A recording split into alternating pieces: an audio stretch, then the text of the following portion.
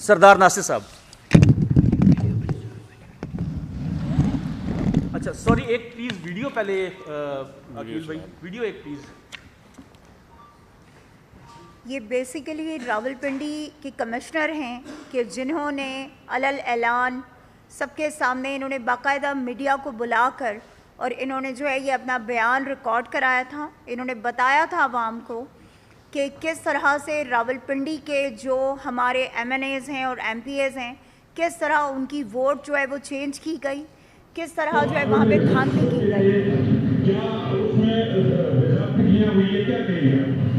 बिल्कुल बेरातियां को छोटा लगता है जो यहाँ पे हुआ है, जिनको लोग आजाद उम्मीदवार 70-80 हज़ार की लीड से जीत रहे थे, हमने उनको हरवाया है और उनके ऊपर जरी होने लगा।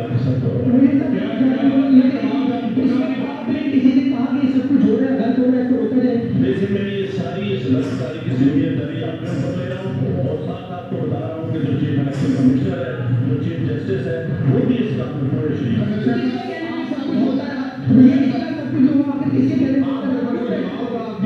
मेरे ऊपर कोई दबाव नहीं है। मेरे बाप दादा भी अंग्रेजों के खिलाफ और सिखों के खिलाफ जंगे करते रहे, लड़ते रहे ये मुल्क बनाने के लिए। अब मैं इस मुल्क को तोड़ने का हिस्सा नहीं बन सकता।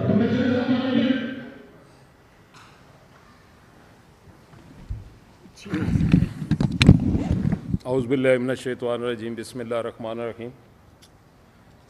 जैसे कि सब ने अभी बयान आपने सुना है, मेरा तल्लक PP14 से है। सरदार नासिर अली ख़ान एडवोकेट नाम है मेरा, और मैंने अपना हल्का जो है वो 17,000 मेरी लीड है जो मेरे अपोनेंट हैं उनसे।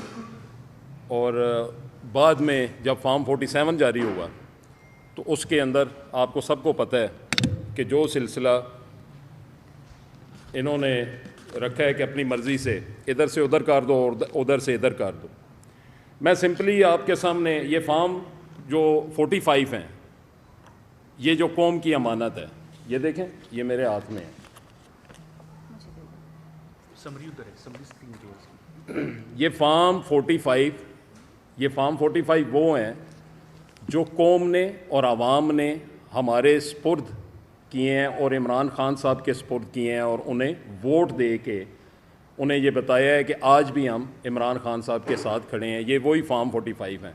अफसोस की बात ये है कि इन्होंने हमारे जो ROs थे, जो हमारे सेंटर बने हुए थे जहाँ पे रिज़ल्ट कंपाइल होना था, जब हम वहाँ पे पहुँचे तो वहाँ बजाय इसके कि हमें अंदर जाने दिया जाता, उस पूरे एरिए को मार्क किया हुआ था। इन्होंने अपनी फ़ोर्स वहाँ पे लगाई हुई थी, पुलिस की नफरी, भारी नफरी वहाँ पे खड़ी थी।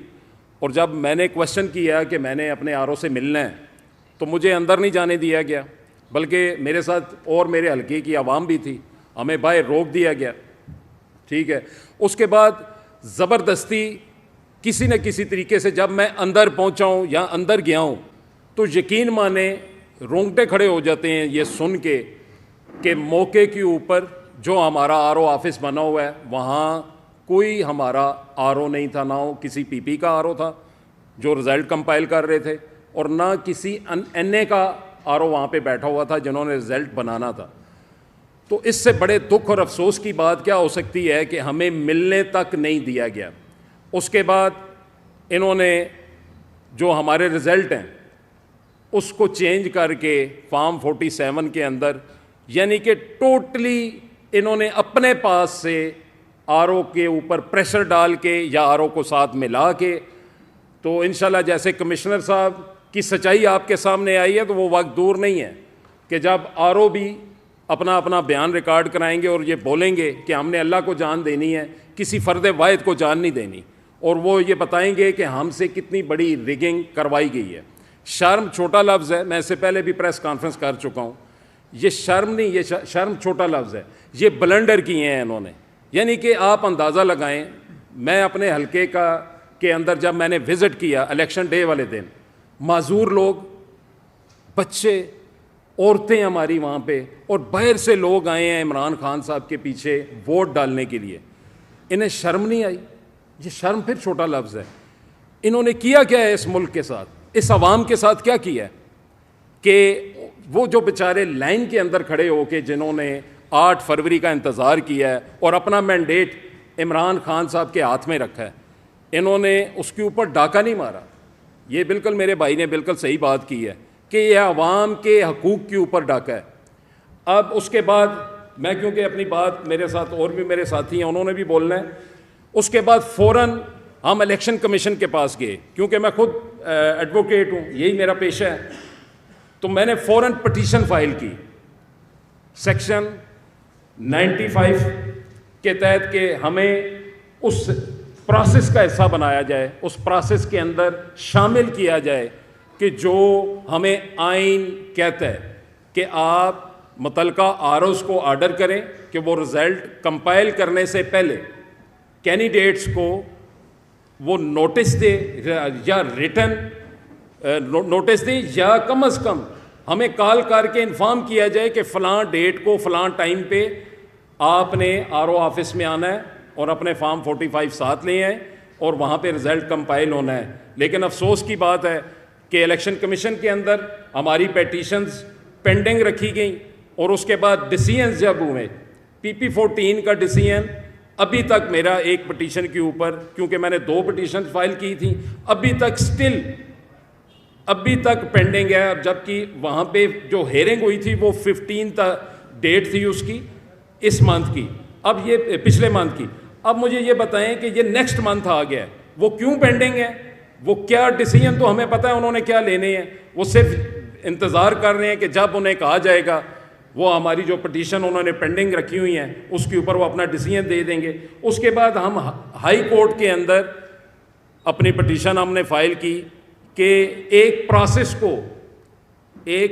को जिस प्रोसेस का हमें आइन कहता है उस प्रोसेस को अडॉप्ट ही नहीं किया गया, ना किसी आरओ की तरफ से, ना किसी कैंडिडेट को नोटिस दिया गया, बगैर किसी से पूछे, आपने बगैर किसी फॉर्म 45 को देखे, बगैर आवाम की राय का एहतराम किए जो आपने रिज़ल्ट कंपाइल किए हैं। और मेरे हलके में इन्होंने ब्लंडर ये किए हैं कि 247 फॉर्म जारी कर दिए हैं और जो पहला जारी हुआ है वो 9 तारीख को इन्होंने जारी किया और 8 को हमारा इलेक्शन था। उसके अंदर इन्होंने बहुत बड़ा ब्लंडर ये किया है कि एनए के जो हमारे कैंडिडेट हैं राजा बिशारत साहब, उनकी 1,72,000 उन्हें टोटल वोट पड़ा है और जो हमारी सूबाई असम्बली है उसी एनए के नीचे, उस सूबाई असम्बली को 2,33,000 वोट पड़ा है।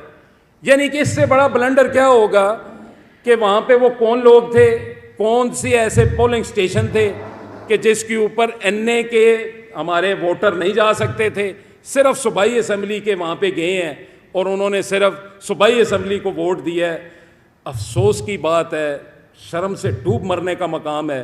फिर इन्होंने जब ये देखा कि ये तो हमसे बहुत बड़ी गलती होगी, फिर इन्होंने फ़ौरन मेरे ही हल्के में PP14 में फॉर्म 47, ये दोनों मेरे पास प्रूफ मौजूद हैं, जिस भाई को चाहिए होगा ये सारी चीज़ें हमारे पास मौजूद हैं। दोबारा से फॉर्म 47 इन्होंने जारी कर दिया है जिसको अपलोड 10 तारीख को किया गया है।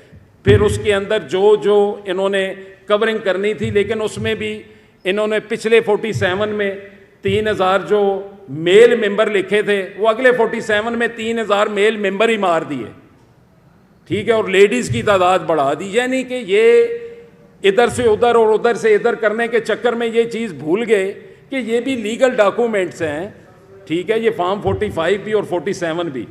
तो ये इंशाल्लाह हर फोरम के ऊपर हम जाएंगे, आवाज़ अपनी उठाएंगे। कल पूरे पाकिस्तान के अंदर इंशाल्लाह प्रोटेस्ट है, उस प्रोटेस्ट का भी हिस्सा बनेंगे। कोई फोरम ऐसा नहीं है, बिल्कुल हम पीछे नहीं हटेंगे। खान साहब को कौम ने वोट के ज़रिए अपनी अमानत हमें दी है, हमें सौंपी है। बेसिकली इमरान खान साहब का वोट है और इमरान खान साहब के वोट की हिफाजत करना हम जो नुमाइंदे बैठे हैं इंशाल्लाह हर फोरम पे करेंगे। बहुत शुक्रिया आप लोग।